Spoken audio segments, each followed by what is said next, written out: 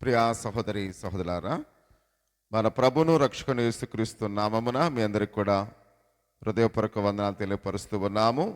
ఈరోజు దేవుని యొక్క సందేశాన్ని విందాం. పైకి చూడండి ప్రియా సహోదరి సహోదరులారా అనే మాట గురించి కొన్ని బైబిల్ సత్యాలు తెలుసుకుందాం.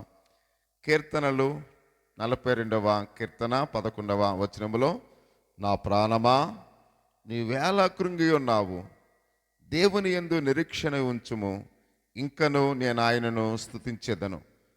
ప్రియా సహోదరి సహోదరులారా, మనల్ని దుఃఖము పూర్తిగా కమ్ముకుని మన మనసులు కృంగి ఉన్న సందర్భాలు మనందరి జీవితాల్లో ఉన్నాయి.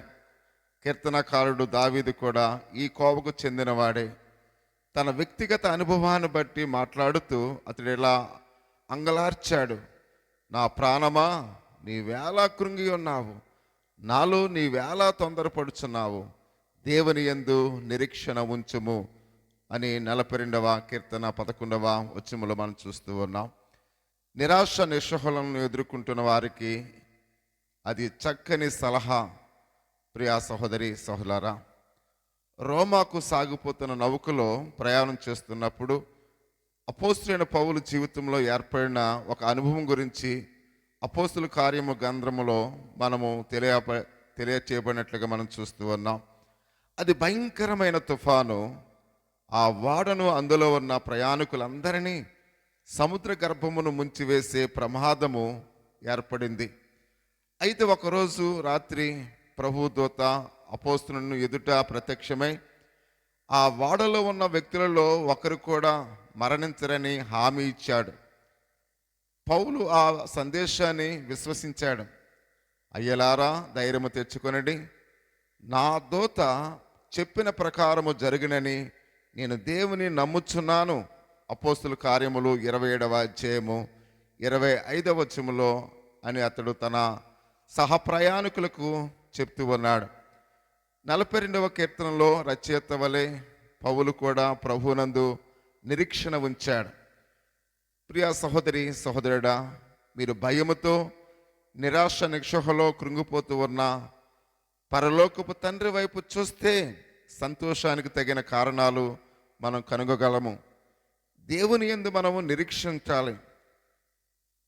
దావీదు మహారాజు చెప్తున్నట్లుగా దావీదు చెప్పిన సలహాను గుర్తు చేసుకోండి.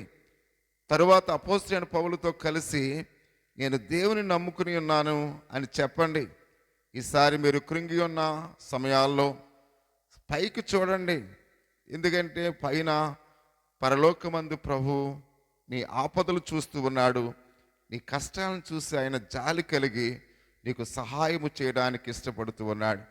కీర్తనకారుడు చెప్పినట్లుగా, కొండల తట్టు నా కనులొచ్చున్నాను, నాకు సహాయం ఎక్కడి నుంచి వచ్చును, యెహోవాను నాకు సహాయము కలిగినని కీర్తనకారుడు ఈ విధంగా సెలవిస్తూ ఉన్నాడు. నీకు కష్టం కలిగినప్పుడు, నీకు ఇబ్బంది కలిగినప్పుడు, సమస్య కలిగినప్పుడు, వేదన కలిగినప్పుడు, నీ కుటుంబంలో ఇరుకులు ఇబ్బందులు కలిగినప్పుడు, ఆ సమస్యలకు నీకు పరిష్కారం అవ్వని ఒకవేళ నువ్వు నిస్సాయ నిస్పృహలో ఉన్నప్పుడు దేవుని వైపు చూడు. ఆయన నీకు సహాయం చేస్తాడు, నీ దుఃఖాన్ని సంతోషంగా మారుస్తాడు, సకల ఆశీర్వాదములు మీకు కలుగు చేస్తాడు. ఆ విధంగా దేవుడు మిమ్మలను మీ కుటుంబాలను దీవించునుగాక. ఆమేన్. ఒక విలువైన మాట మనం చెబుదాం. క్లిష్ట పరిస్థితులలో నుండి బయటపడే మార్గము కనిపించకపోతే పైకి చూడండి. దేవుడు మిమ్మలను మీ కుటుంబాలని దీవించునుగాక. ఆమేన్. చిన్న ప్రార్థన చేసుకుందాం. పరిశుద్ధుడా, మహోన్నతుడా, సర్వాధికారి స్తోత్రాల తండ్రి, ఈ ఉదయకాల సమయంలో దేవుని యొక్క సందేశాన్ని విన్నాం ప్రభువా.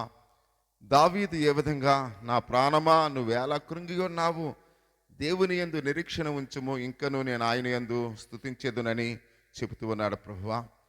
అపోస్తలుడైన పౌలు కూడా దూత చెప్పిన మాట యందు విశ్వసించాడు ప్రభువా.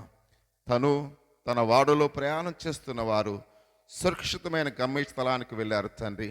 ఈ ఉదయకాల సమయంలో మా కుటుంబాల్లో, మా జీవితాల్లో కలిగే వేదనలు, బాధలు, ఇరుకులు, ఇబ్బందులు సమస్తమును కూడా పరిష్కరించి, ఓ మా దేవా, నీవే మాకు రక్షణ దయచేసేవాడు ప్రభువా, విడుదల దయచేసేవాడని గుర్తించి ఈ ఉదయకాల సమయంలో మా కష్టాన్ని అంతటిని కూడా నీకు చెప్పుకొని గొప్ప ధన్యత దయచేయండి. మీరే మా కుటుంబాలను దీవించమని మా ప్రభును రక్షకుని యేసుక్రీస్తు నామములో ప్రార్థించి వేడుకుంటున్నాం పరమ తండ్రి, ఆమెన్. మన తండ్రి అయిన దేవుని యొక్క ప్రేమ, కుమారుడైన యేసుక్రీస్తు కృప, పరిశుద్ధాత్మని యొక్క అన్యోన్య సహవాసము ఇప్పుడు ఎల్లప్పుడు ప్రవచ్చి పర్యంతరము ప్రార్థిస్తున్న మనకును సర్వలోక పరిశుద్ధులకును తోడై నడిపించునుగాక. Amen, amen, amen. God bless you one of all. Thank you.